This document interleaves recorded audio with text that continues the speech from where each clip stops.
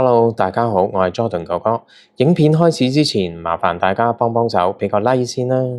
今集我就會講下呢一個安全帶之亂啦。咁呢一個巴士乘客強制佩戴安全帶嘅法例咧，就由1月25號正式實施啦，到1月30號咁壽終正寢，就被譽為香港史上其中一條最短命嘅法例，即係經歷咗短短5日啫。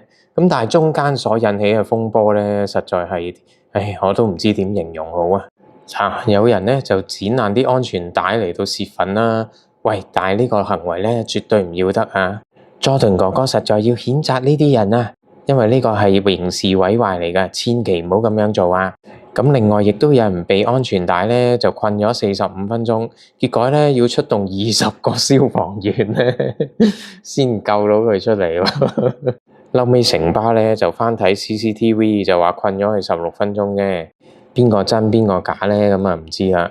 最好公開條 CCTV 啦，咁啊大家都有得睇下啊嘛。咁除此之外咧，當然亦都引起無數嘅市民啊怨聲載道啦。而唔戴安全帶咧，仲要罰成5000蚊添啊！哇，真係分分鐘咧車死人都唔使罰咁多錢啊！哇，真係就算車死人啊，搭下暴龍哥個朵啊！分分鐘冇事添啊！不過就唔好撞個更出名嘅，咁就得噶啦。講下笑啫。咁我呢條片咧，最主要就會講2樣嘢嘅。第一，呢條法例匆匆忙忙咁啊，俾人 delete 咗啦。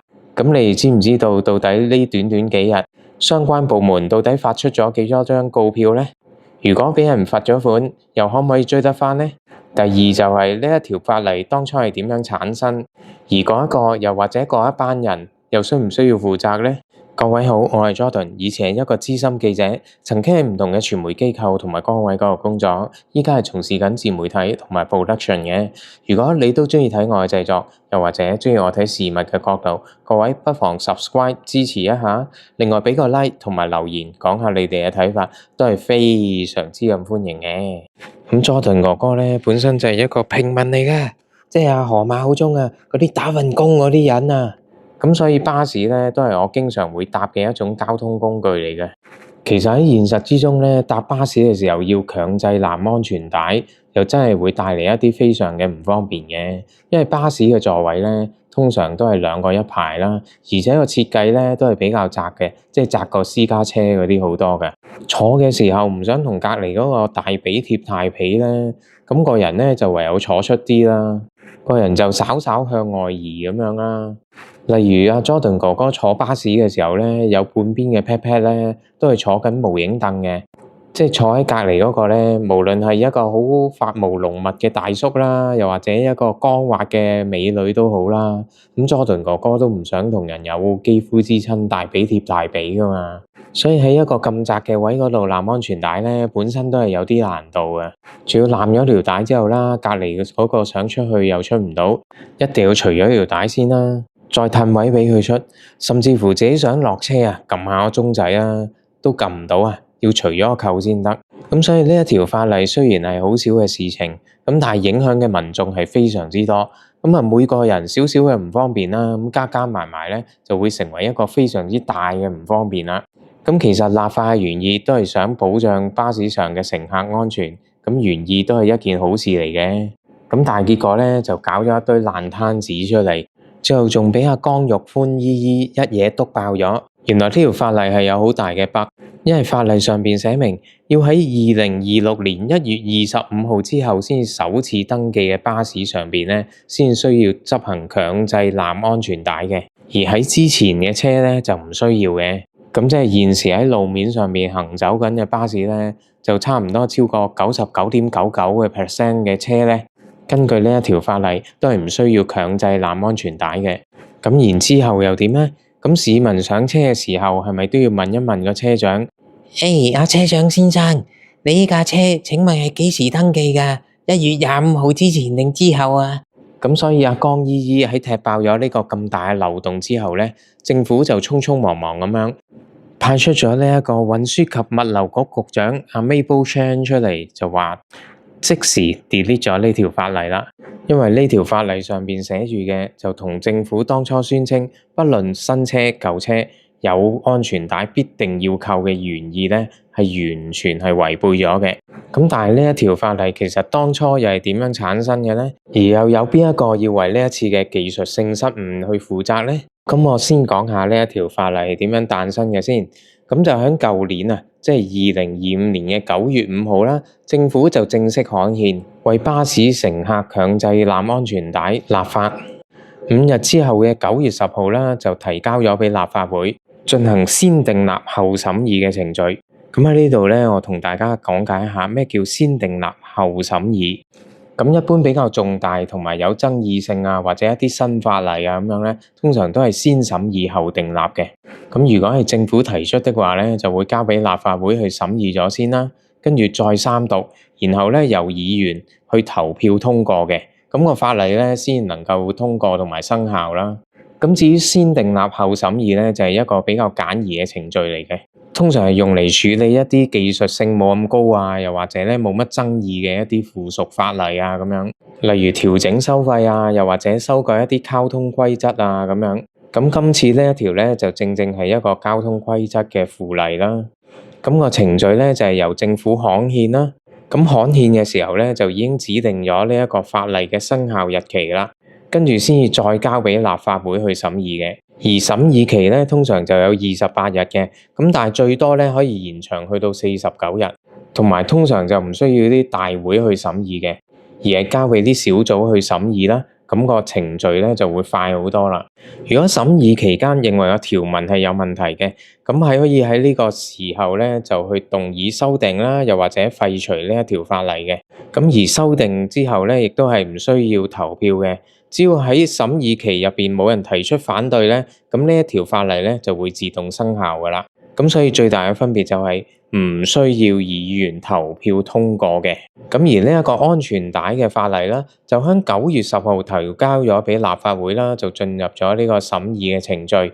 跟住9月18號咧，就交咗俾呢個與道路交通有關的3項附屬法例小組委員會去開會審議啦。咁所以18號嗰日咧，除咗審議呢一個安全帶嘅條例之外咧，亦都另外審議咗2個交通條例嘅，包括咗點樣規定嗰啲巴士、貨車等等特別用途嘅車輛對於安裝呢一個安全帶嘅要求啦。而當日亦都審議咗另外一個條例啦，就係規定司機喺駕駛時候使用呢個流動通訊嘅裝置嘅，即係手機啦嘅規管。咁啊修訂咗，譬如揸的士嗰啲啦，最多只可以咧擺2部手機出嚟嘅啫。咁至於呢個交通小組咧，就有15個議員組成嘅。不過開會當日就有4條友就射咗波，咁所以最終咧就有11個議員就出席咗。咁佢哋啲名咧，我就費事逐個讀啦。咁啊打上個畫面算啦。咁當中就包括咗江玉歡姨姨，亦都係有份開會嘅。咁另外政府方面亦都有11個官員啦、政府律師啊、警務處嘅代表啊等等，總共11個人出席啦。咁再加埋幾個立法會同埋政府嘅秘書咧，就總共有26個人係出席咗呢一次嘅會議。咁政府方面最高級嘅官員咧，就有呢個運輸及物流局嘅副秘書長啦，另外仲有助理秘書長啊等等。咁當日開會呢26個人，我粗略咁樣計一計佢哋嘅人工，咁嗰4個射咗波嘅議員，咁梗係要計埋入去啦。佢哋雖然係射咗波，咁但係都係有責任同埋有出糧噶嘛。我揾 AI 好粗略咁樣幫我計咗佢哋嘅年薪啦。咁最高人工咧就係副秘書長，咁啊差唔多20萬一個月嘅。咁列席嗰班官員咧，最低薪嗰啲咧都過10皮噶啦。咁而嗰班議員亦都唔使講啦，超過10餅一個月。咁呢班友加埋咧，佢哋嘅年薪係超過3000萬。咁呢3000萬喺邊度嚟咧？就梗係我哋納稅人俾啦。咁呢度咧都仲未計其他，譬如佢哋啲阿頭啊咁樣嗰啲嘅人工啦。咁我哋嘅納稅人嘅錢咧就係養緊呢一班人啦。咁而條法例爛咗尾之後咧，就連對唔住都冇一聲噶喎。咁官員係咁啦，冇辦法，官字兩個口啊嘛。咁議員又點咧？議員係民意代表嚟噶嘛。唔記得咗完善咗選舉制度添。議員兩隻字都係有兩個口嘅。結果呢，就係佢哋當然喺度互相推卸責任啦。你以為啲議員去開會就係舉下手仔啊？唔好意思啊，頭先解釋過，先訂立後審議，連手都唔使舉㗎。審議嗰陣冇人反對就自動通過㗎啦，即係舉手都慳返啊！而據當日有份出席嘅江玉歡姨姨講啦，咁其實佢當日都發現咗呢一個條文㗎啦，就同政府所講嘅要強制所有巴士乘客攬安全帶呢一個原意呢係有所出入嘅。不過唔知點解佢當時又冇出聲喎，咁所以有啲網民呢就話不在其位先夠膽講㗎。咁其實當日成班議員同埋高官到底當日喺度諗緊咩呢？係咪諗緊晏晝去邊度食飯好呢？定係諗緊嚟緊放假去日本旅行？考慮緊去大阪定係去東京？唔緊要啦，依家條法例 delete 咗啦，鍾意去邊都得啦。好啦，咁另外講下，到底呢5日入邊，咁總共發出咗幾多張告票呢？原來係有12個香港市民係收到呢一個定額罰款通知嘅，咁每人要罰5000蚊。咁如果交咗錢，咁又點呢？可唔可以攞得返呢？咁據政府方面嘅指出呢，就係律政司已經指示警方撤銷所有12宗相關嘅票控。咁受影響嘅乘客呢，就唔需要再繳付呢個罰款啦，或者上庭啦。咁如果已經交咗罰款呢，政府亦都承諾會主動聯絡受影響嘅人士，全數退還嗰5000蚊嘅罰款嘅。另外局長亦都表示啦，雖然暫時係 delete 咗，但係嚟緊呢都會再訂立呢一條法例嘅。咁目的係想保障市民嘅安全啦。咁Jordan 哥哥愛國愛港㗎嘛，見到政府為咗保障香港市民嘅生命安全去訂立呢一條法例，我認為都唔係壞事嚟嘅。雖然巴士嘅乘客因為冇帶安全帶而引致嘅身亡或者受傷，數字上嚟講就唔算好多。咁超前部署點都好過出咗事先再諗點樣補救啊嘛，係咪？不過希望佢哋呢下次唔好再咁甩碌啦。仲有嗰條嘢最好改善下啦。我講嗰條 seat belt 啊。好啦，今集就講到呢度先啦。唔知大家有啲咩意見呢？不妨留言，大家分享下。另外未訂閱嘅朋友幫手訂閱一下，同埋畀個 like啊！多謝晒各位，拜拜。